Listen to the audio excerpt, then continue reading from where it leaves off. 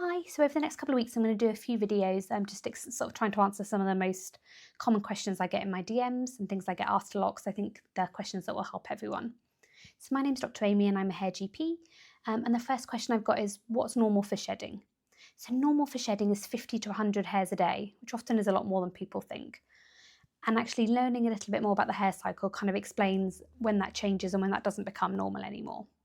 So the hair cycle is sort of 3 phases of your hair, and it's what allows the hair to grow, regenerate, things like that. So 90% of your hair is in the anagen phase. This is the growth phase. And everyone's a bit different, but this typically lasts between 7 and 9 years, and that's what allows your hair to grow down to sort of the length it grows to. Lots of things can shorten that phase, and we'll come on to that in some other videos. Now, the next phase is the catagen phase. The catagen phase is where you're swapping from the growing phase to the shedding phase. And that's where the hair follicle disconnects from its blood supply. And that lasts roughly between 1 and 2 weeks, and only 1 or 2% of hairs are in that at any one stage. Then the final stage is the telogen phase. The telogen is the resting phase. That's when the hair sheds out and then a new one pops up after it. Now, normally you've got 90% of your hair is in the anagen phase and only 10% is in the telogen phase, roughly.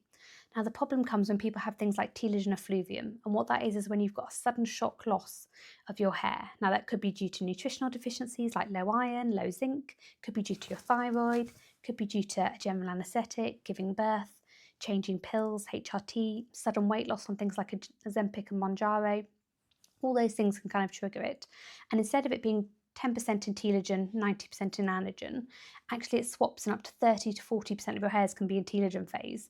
So 30 to 40% of your hairs simultaneously shed, which is why you find clumps in the shower, clumps sort of in your on your pillow, and it can be really distressing. So what you need to do is find the trigger that's caused that shift, reverse it, and then your hair should go back to that 90-10 mix and start to regenerate it and come back to normal. The problem is if you don't find what that trigger is and you're just sort of blindly treating it, then you're not going to be very successful. Anyway, I hope that helps. So normal shedding is 50 to 100 hairs a day. Thanks.